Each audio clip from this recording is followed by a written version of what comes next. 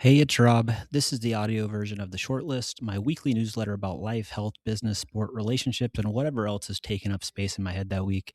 This one is pretty scattered, which is probably why it feels honest. We brought home an 8-week-old golden retriever named Babu yesterday. Flexara is getting closer to production. My ostomy has been doing something a little weird. I've been thinking a lot about marriage, commitment, motivation, therapy, and what happens when a bunch of important parts of your life are all moving at once.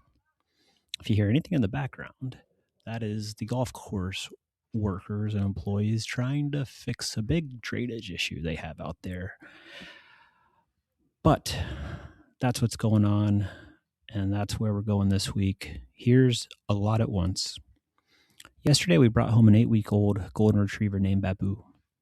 He's sitting at my feet right now in his crate, taking a little baby nap. He's as cute as you can imagine and as big of a terrorist as you can imagine as well, if you've ever dealt with an 8-week-old puppy. We spent a lot of time watching his little brain work. Everything is new to him. He's trying to understand his name, where he's supposed to pee, why we're asking him to sit, what he can bite, what he can't bite, and probably why these two people keep staring at him all day. He's an absolute sweetheart. He also arrived during a week where I felt like there were about 10 different parts of my life happening at once and not all necessarily going well. My knee is doing better. The daily swelling has gone down quite a bit. I think it just got really aggravated because I was playing so much paddle. Taking 3 or 4 days off last weekend when we went to Durban seems to have helped. I've played less paddle this week and almost no golf. I hit some balls at the range, but that's really about it. Flexara is getting very close to the point where I have to make it work and I have to buckle in and really lock in. The formula itself is basically locked. We're working through the sachet artwork, the box design, and the regulatory pieces now for labeling. We're initially selling direct to consumer in 30 count boxes. So there are a surprising number of tiny little decisions that have to be finished before I can send everything to the manufacturer. Once the production order does go in, we're looking at roughly 8 weeks before there's product ready to ship. And I've worked on this for long enough to know that 8 weeks suddenly sounds very short and will go by very quickly. I am super excited for you to try it though, so please sign up at flexara.com for launch updates. And beyond that, we're also navigating a new marriage in the middle of all this. Easy to forget about that. And people have asked us, why so fast? And if you're new here, Danélle sent me a message on March 4th on Instagram because she read a magazine article that I was in a magazine called Hazelnut here in South Africa. It has an English version that's a sister magazine called You Magazine. But she basically connected with my chronic pain story and sent a message just sharing a little bit of her story. And then we just hit it off and started chatting a lot. So she sent me that initial message on March 4th. I arrived in South Africa on April 1st, right after my 2-month post-op appointment where I got cleared to travel. So yeah, that's, from an initial message on March 4th to showing up in South Africa on April 1. Yeah, fast might be an understatement. But for me, the answer is probably connected to the clarity I had after surgery.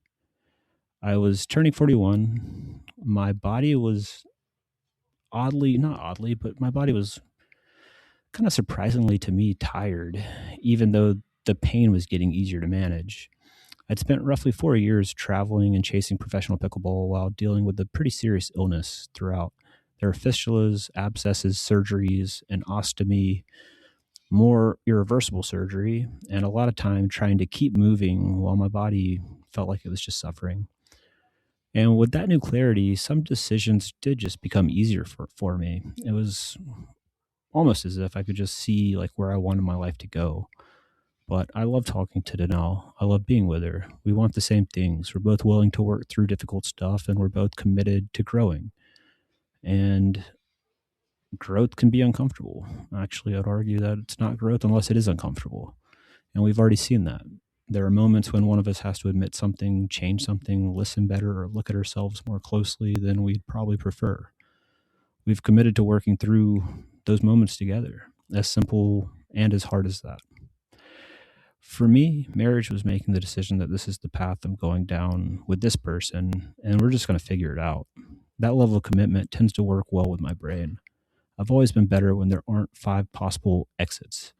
Professional sport made that easy. There was always a tournament, a ranking, a goal, somebody to beat, something to practice. I knew what I needed to do, and it was very focused and simple. My life looks very different now. Less straightforward, less clear cut. I'm married. We have an 8-week-old golden puppy and an 8-year-old Aussie Shepherd Border Collie mix named Lovey's. She's the sweetest. I'm living in South Africa. I'm building a new company from scratch.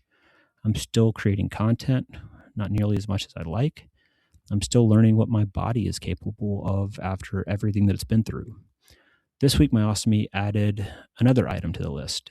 My stoma has been protruding farther than it normally does. When I changed my bag yesterday, it was bleeding a little towards the top and looked like there might be a small tear in the stoma tissue.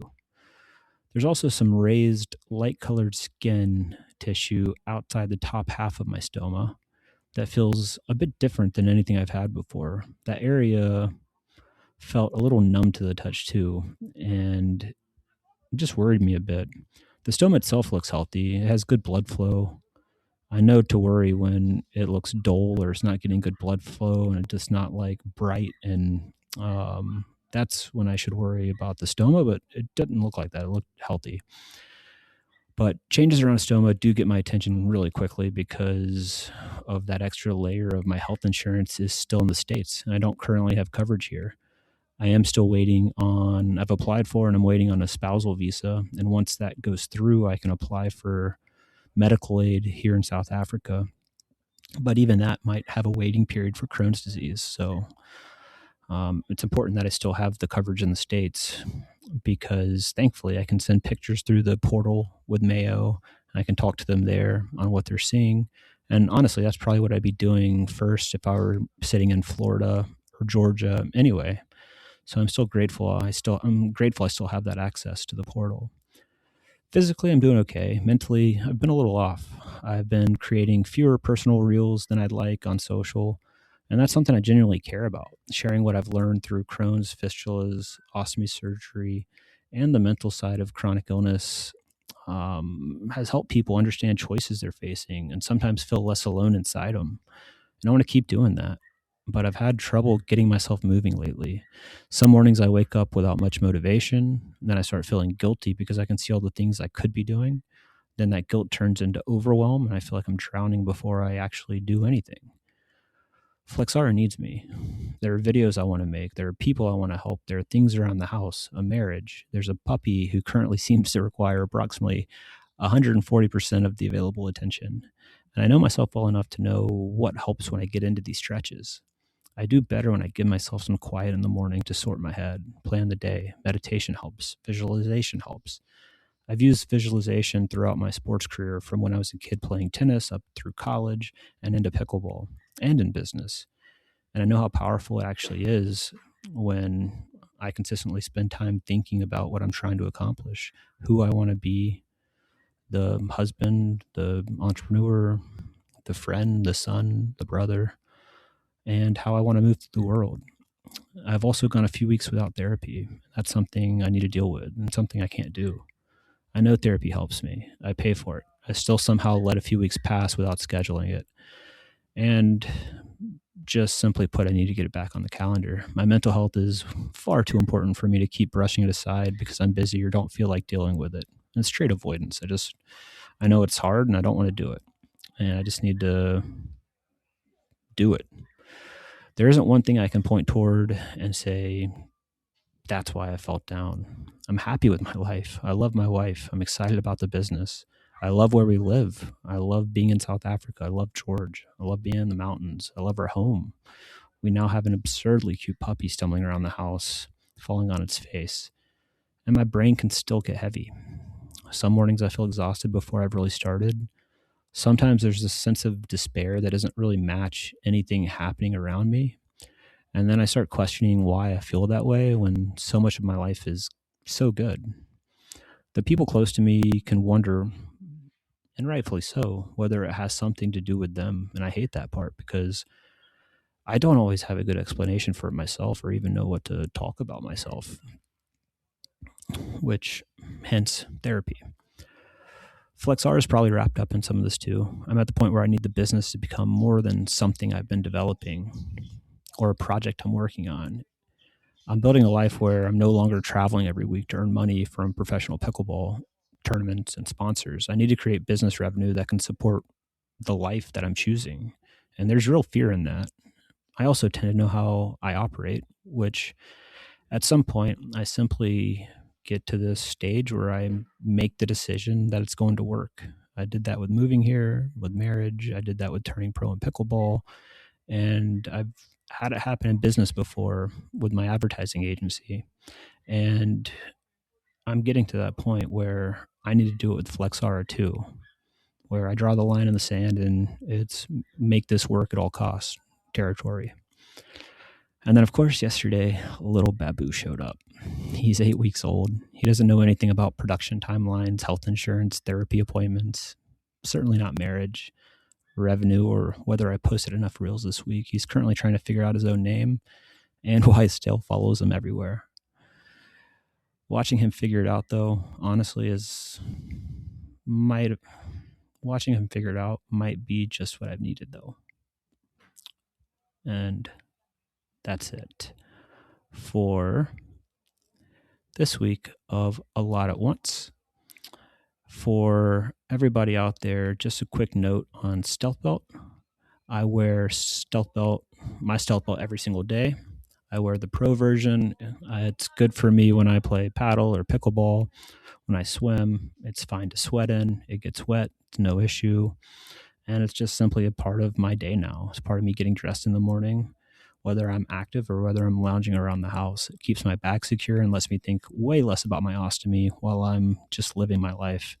If you're looking for one, you can see the ones I use at stealthbelt.org. You can use code ROBN, that's ROBN, for a discount. Make sure to put it in at checkout. And of course, we now have a South Africa segment. So this week in South Africa, my thoughts on this. Our house doesn't have a mailbox.